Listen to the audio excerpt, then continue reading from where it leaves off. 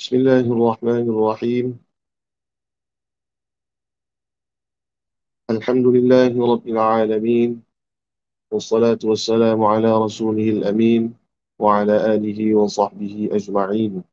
سبحانك لا علم لنا إلا ما علمتنا إنك أنت العليم الحكيم. ولا حول ولا قوة إلا بالله العلي العظيم. أما بعد، السلام عليكم ورحمة الله وبركاته. الحمد لله. Muslimin muslimat sedang penonton yang dirahmati Allah Subhanahu wa taala. Pertama-tama sekali dan selamanya, marilah sama-sama kita merafakkan syukur kepada Allah Subhanahu wa taala kerana Allah Subhanahu wa taala masih lagi memberi kita peluang dan ruang untuk sama-sama kita dapat mengabdikan diri kita kepada Allah Subhanahu wa taala dengan kita dapat melaksanakan ibadah salat, ibadah puasa dan sebagainya. Mudah-mudahan Allah Subhanahu wa taala mengekalkan hidayah dan juga iman kepada diri kita semua, dan juga kita dimatikan dalam keadaan husnul khatimah insya-Allah. Jadi muslimin muslimat sedang penonton yang dirahmati Allah Subhanahu wa taala, seperti mana yang dijanjikan, pada malam ini insya-Allah kita akan bicarakan satu tajuk yang apa nama yang telah diwar-warkan sebelum ni, iaitu berkenaan dengan taubat. Lazimilah hidup kamu dengan taubat kepada Allah. Tuan-tuan sedang muslimin yang dirahmati Allah Subhanahu wa taala, perkara taubat ni sebenarnya tuan-tuan antara perkara yang dianggap remeh, dianggap ringan oleh sebahagian besar ulama orang Islam kita pada hari ini. Mereka anggap taubat ni satu perkara yang kalau sempat buatlah, kan? Kalau tak sempat, tak mengapa. Allah SWT ni Maha Pengampun. Innallaha ghafurur rahim. Allah Ta'ala ni Maha Pengampun lagi Maha Mengasihani. Jadi sebab itu dengan dia beralasan sebegitu, dia ambil ringan, dia ambil mudah dengan urusan taubat. Sedangkan taubat ini ialah satu perkara yang wajib bagi setiap orang yang melakukan dosa. Dan setiap kita, tuan-tuan, sedang penonton yang dirahmati Allah, tidak terlepas daripada melakukan dosa. Baik macam mana sekalipun kita, Masya Allah, kita sentiasa orang yang melakukan dosa. Tak perlu tunggu kita keluar rumah. Dalam rumah pun boleh buat dosa. Tak perlu guna tangan, guna kaki, guna mulut untuk kita buat dosa. Dengan hati pun boleh buat dosa dah.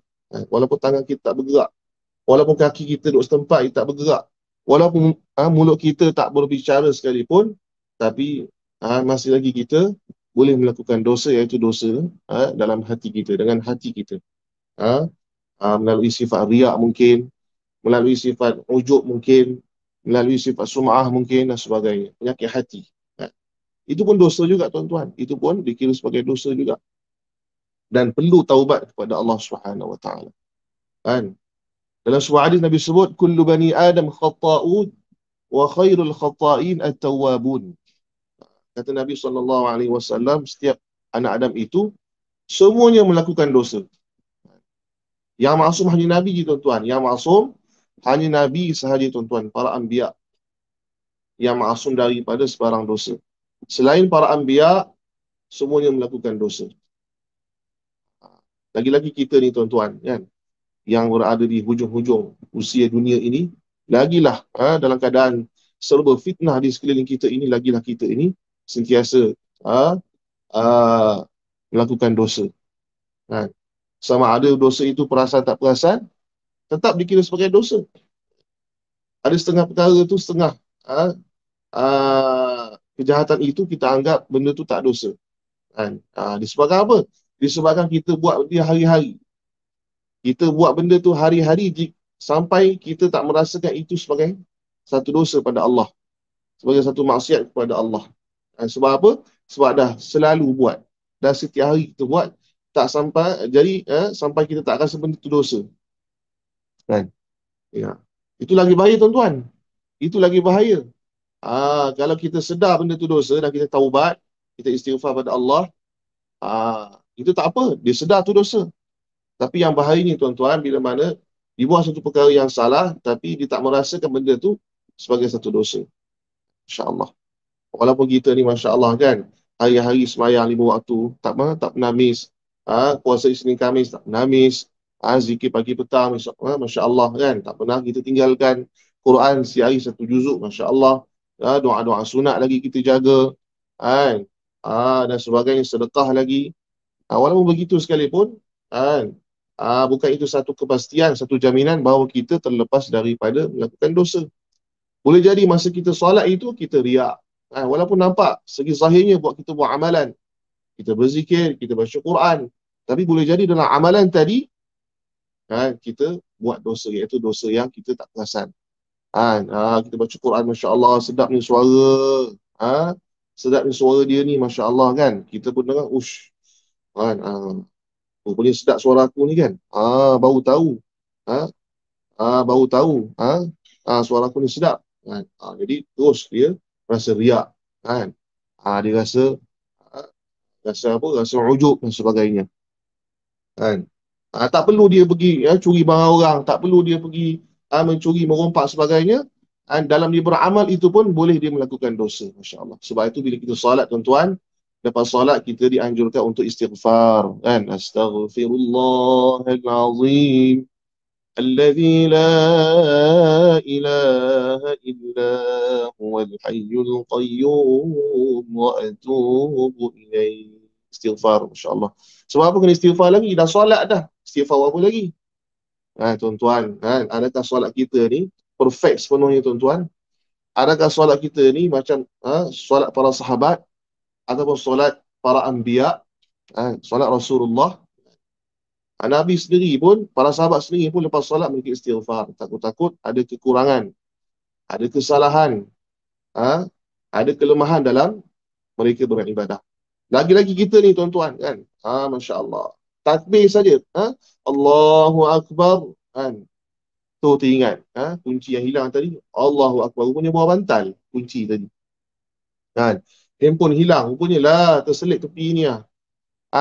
Tepi sofa rupanya kan. Ingat terus, baru takbir, belum lagi baca Fatihah, belum lagi baca surah, belum lagi sujud rukuk. Dah kita punya fikiran kita dah melayang ke sana sini dah kan. Nampak segi zahir solat. Sebab itu lepas solat kita kena istighfar kan, minta ampun pada Allah kan. Mohon supaya Allah Subhanahu Wa Taala terima solat kita, terima segala amal ibadah kita. Jadi jangan kita rasa dengan ibadah kita ini kita boleh masuk syurga tuan-tuan. Sebab apa? Kita masuk syurga dengan rahmat Allah Subhanahu Wa Taala, dengan kasih sayang Allah Subhanahu Wa Taala. Kan?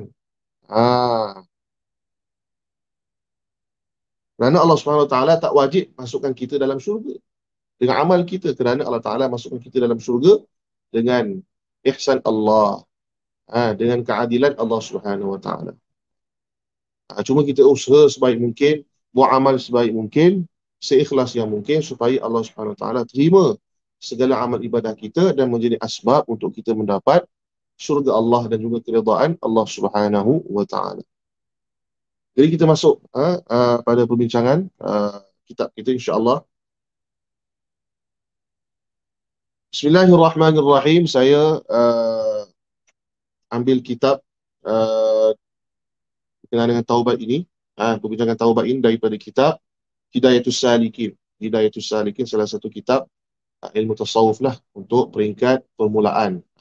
Tahap kita ni sesuailah dengan kitab ni. Dia bahasa yang ringkas, yang santai dan mudah faham. Karangan daripada Syekh Abdul Samad Al-Farimbani rahimahullahu ta'ala. Kata beliau, taubat ialah jalan permulaan bagi as-salikin. Taubat ialah jalan permulaan bagi as-salikin.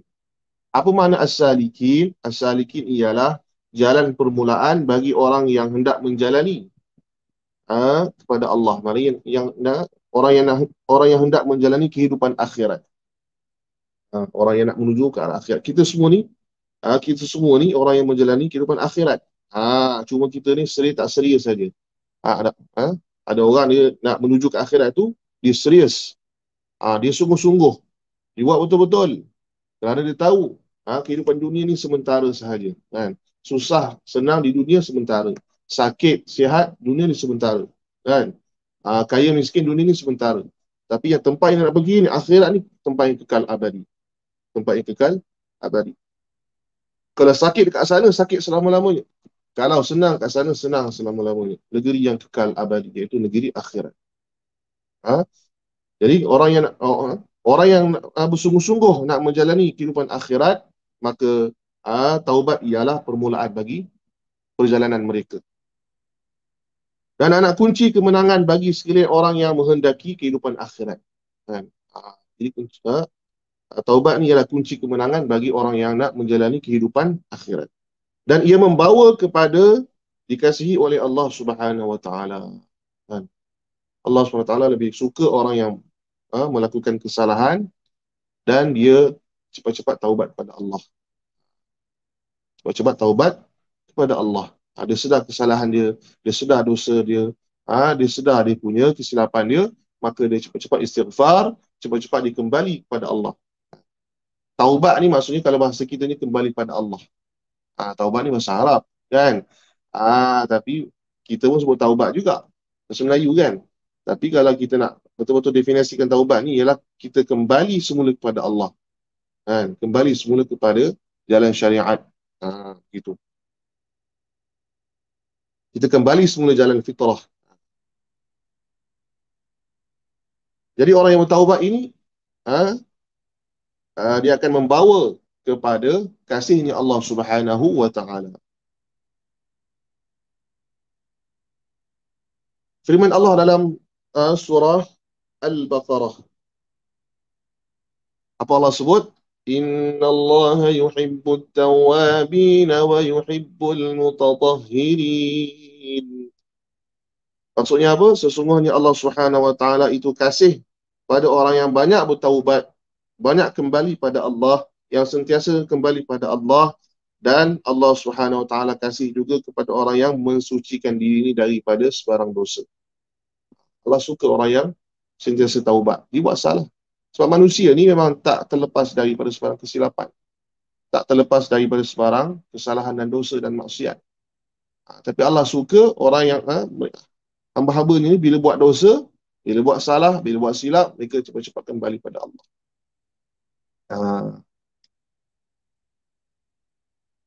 Allah lebih suka daripada mereka yang langsung tak buat dosa. Kan?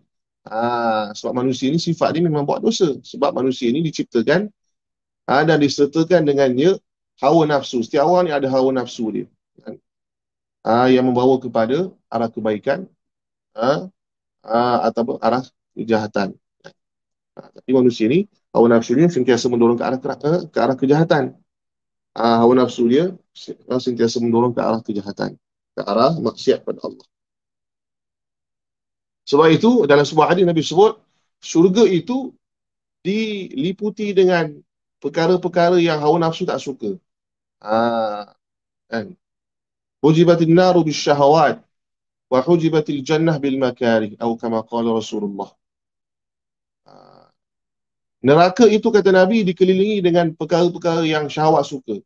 Syahwat suka berfoya-foya, syahwat suka apa nama tinggalkan salat, kan? Tinggalkan perintah Allah, buat maksiat, itu semua yang syahwat suka. Jadi neraka itu dikelilingi dengan perkara-perkara yang syahwat suka, yang syahwat inginkan, kan? Yang syahwat dorong ke arah itu. Tapi sebaliknya syurga itu pula kata Nabi dikelilingi, diliputi dengan perkara-perkara bil makarih, dengan perkara-perkara yang syahwat tak suka. Kan? Solat 5 waktu, solat tahajud, bersedekah, berzikir, baca Quran dan sebagainya. Itu syurga. Diliputi dengan perkara-perkara yang syahwat tak suka. Sebab itu tuan-tuan, untuk amalan agama ini, untuk amalan kebaikan ini, kita kena sentiasa baca hadis tentang kelebihan amal. Hari ini Masya Allah tuan-tuan, yang kita rasa lemah sangat nak buat amal, lemah sangat nak baca Quran, lemah sangat nak zikir, lemah sangat nak berdoa, lemah sangat nak tilawah Al-Quran dan sebagainya. Sebab apa tuan-tuan? Sebab kita tak tahu fadilat, kita tak tahu kelebihan. Kan? Hari ini kita tahu semua kelebihan dunia. Hari ini kita tahu semua fadilat dunia. Tapi berapa ramai yang diambil ambil cakna, ambil serius dengan fadilat-fadilat berkenaan dengan akhirat, berkenaan dengan amal-amal kebaikan ini. Kan? Sebab itu kita rasa lemah kan. Bila azannya rasa Allah semayang lagi kan. Baru je semayang tadi, semayang lagi pula. Allahu Akbar kan. Padahal 5 waktu je tuan-tuan. Padahal sehari 5 waktu sahaja tuan-tuan. Itu pun kita rasa beban sangat, masya-Allah kan. Sebab apa? Kita tak dapat lagi kemanisan beramal. Halawatul iman, halawatul a'mal tu belum dapat lagi. Kemanisan iman, kemanisan beramal tu belum lagi meresapi dalam jiwa kita kan. Kita buat itu sekarang nak melepaskan tanggungjawab sahaja. Tapi berbeza dengan orang yang dah dapat kemanisan iman, dah dapat kemanisan amal, dia buat tu dengan rasa seronok, dengan rasa gembira, dengan rasa kemanisan kan. Kalau kita baca dalam kisah-kisah para wali Allah dulu kan, para salihin, mereka semayang, bila mereka solat itu, anak mereka ada di sebelah, anak kecil lah, semayang bawah pokok, ada ular jatuh dari pokok, belit anak dia. Tak sedar. Boleh tak sedar tuan-tuan kan? Boleh tak sedar tuan-tuan, anak dia dah kena belit dengan ular. Bahkan orang lain, apa nama, mak dia yang terkejut ataupun cuba selamatkan bayi tadi, anak tadi kan. Tapi yang si ayah yang tengah salat ini tak sedar apa tuan-tuan. Sebab apa? Dia khusyuk, terlalu khusyuk dalam salat kan. Sebab apa? Dia dapat kemanisan iman, dapat kemanisan beramal.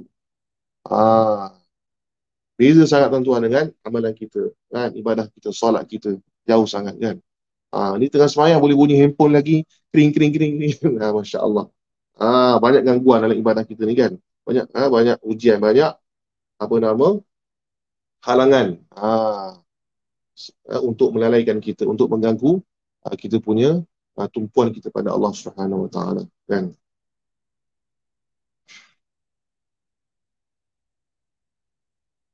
Seterusnya sabda Nabi SAW berkenaan dengan fadilat taubat ini, kata Nabi, at-taibu habibullah, at-taibu habibullah, at-taibu minadz-dzambi kaman la dzambalah. Maksudnya apa? Orang yang bertaubat itu adalah kekasih Allah. Adalah kekasih Allah. Dan orang yang bertaubat daripada dosa itu seperti orang yang tiada berdosa. Orang yang sentiasa taubat, kata Nabi, dia kekasih Allah. Allah suka dia, Allah sayang dia, Allah kasih dia. Sebab itu tuan-tuan, kalau boleh kita setiap hari kita lazimkan diri kita untuk solat sunat taubat. Ulama sarankan kita sebelum tidur, buatlah sekurang-kurangnya 2 rakaat solat taubat sebelum kita masuk tidur. Kalau boleh, pada lepas isyak tu kan, lepas isyak kita sembahyang sunat ba'diyah, sembahyang witir kan. Kalau yang sembahyang awal boleh dibuat sembahyang witir, ataupun dia buat sebelum tu lah. Maknanya dia sembahyang sunat ba'diyah, sembahyang sunat taubat, dan juga penutup sembahyang sunat witir. Masya-Allah. Sunat taubat. Mohon sungguh-sungguh pada Allah agar diampunkan dosa-dosa kita. Sebab kita ni kadang-kadang tu rasa macam dah okey dah. Aku ni orang masjid, aku ni orang berkhidmat di mak tafiz. Apa dosa yang aku buat? InsyaAllah tuan-tuan, kita tak nampak. Dosa ni benda yang tak nampak tuan-tuan. Dosa ni benda yang tidak nampak. Kita rasa macam kita ni pakai jubah dah, masya-Allah, pakai kopiah dah dengan serbannya, dengan sunnahnya apa semua.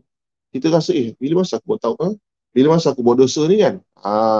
Jadi kadang tu kita tak sedar kita buat dosa. Dengan percakapan kita boleh jadi, dengan mata kita boleh jadi, dengan telinga kita boleh jadi, dengan hati kita, maknanya semua boleh jadi. Semua boleh jadi sebab untuk buat dosa, masya-Allah. Cuma kita sedar tak sedar. Jadi sebab tu kita lazimkan diri kita, kalau boleh setiap malam kita buat solat sunat taubat 2 rakaat sekurang-kurangnya kan. Lazimkan diri kita, insya-Allah. Mudah-mudahan dosa kita pada hari itu Allah Ta'ala bersihkan dengan sebersih-bersihnya kan. Kemudian orang yang bertaubat daripada dosa itu seumpama orang yang tiada dosa. Yalah, bila dia buat dosa, dia buat salah, bila dia taubat, Allah bersihkan dosa-dosa dia. Itu punya dosa clear, kan? Kosong balik, kan? Okay, besok pula. Besok, dah berlalu seharian, sampai malam dia taubat lagi. Kan? Sampai taubat lagi. Istighfar banyak-banyak. Mohon supaya dosa pada hari itu Allah Ta'ala ampunkan. Kosong balik. Besok, kan? Jadi kalau setiap hari dia buat itu, Masya Allah. Setiap hari dia lazimkan diri kita dengan taubat, Masya Allah. Kan? Dia bersih daripada sebarang dosa. Jadi nak boleh istiqamah tuan-tuan bukan senang. Jadi kena banyak, kena usaha, kena doa pada Allah supaya apa yang kita nak cuba buat ini, amalan kita yang kita nak cuba istiqamah ini, Allah Ta'ala bantu, Allah Ta'ala permudahkan. Allah Ta'ala permudahkan, kan? Untuk kita terus istiqamah dengan solat-solat taubat kita ni.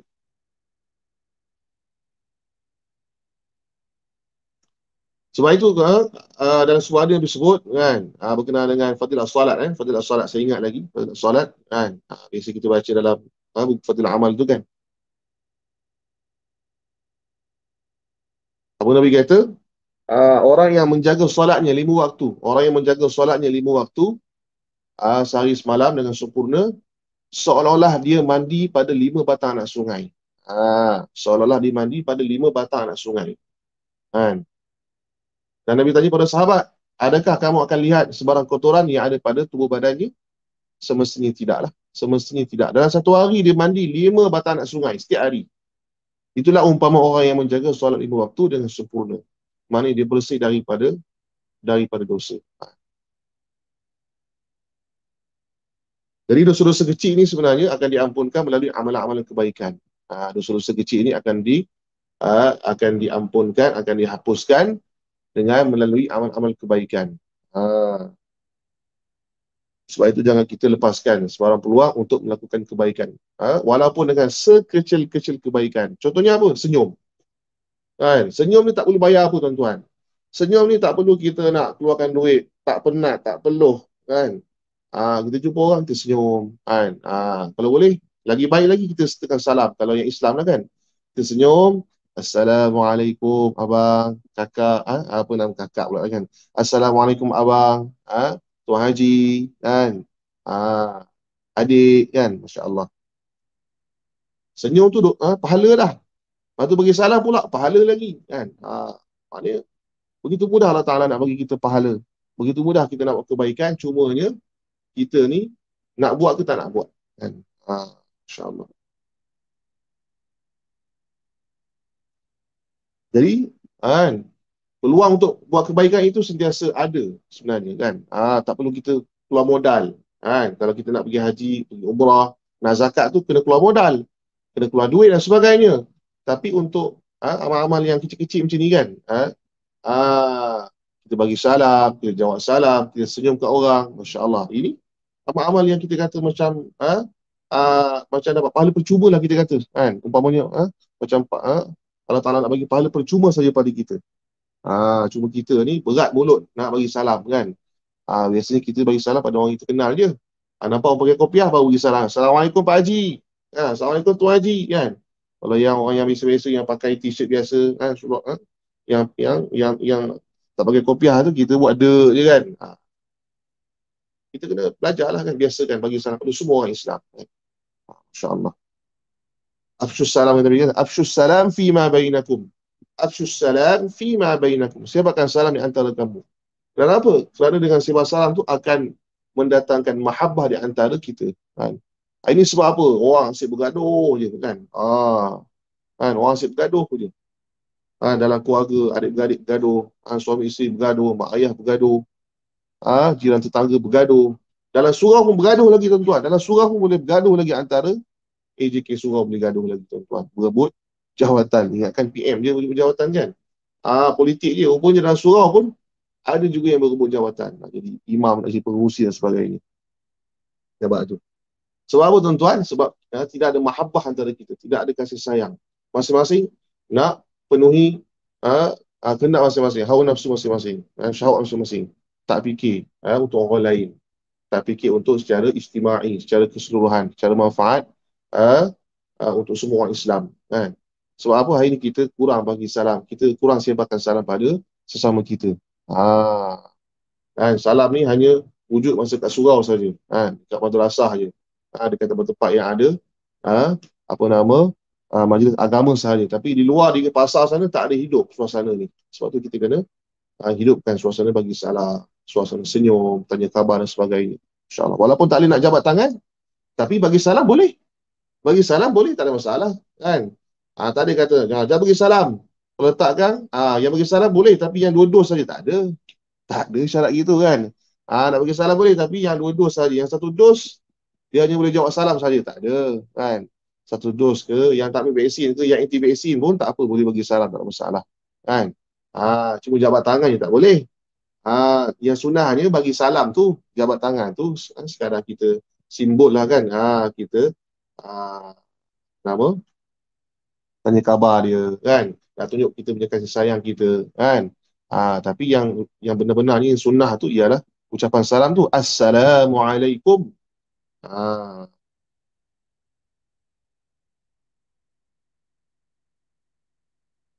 Kemudian kata musannif, seterusnya ketahuilah bahawa taubat itu wajib atas setiap orang yang mengerjakan maksiat. Hukumnya wajib tuan-tuan. Taubat itu hukumnya wajib ke atas setiap orang yang mengerjakan maksiat. Agak-agak kita ni maksum ke? Tidak kan? Jadi bila tidak maksum, maka kita wajib kena taubat. Wajib kena taubat.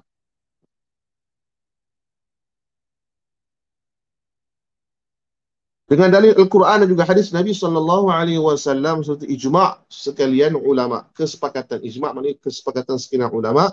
Seperti firman Allah Subhanahu wa taala, wa tubu ila Allah jami'an ayyuhal mu'minuna la'allakum tuflihun. Apa maksudnya? Wahai orang-orang yang beriman, bertaubatlah kepada Allah kesemuanya. Mana semua dosa kita taubat pada Allah. Jangan kita tinggalkan taubat pada Allah. Mudah-mudahan kamu mendapat kemenangan.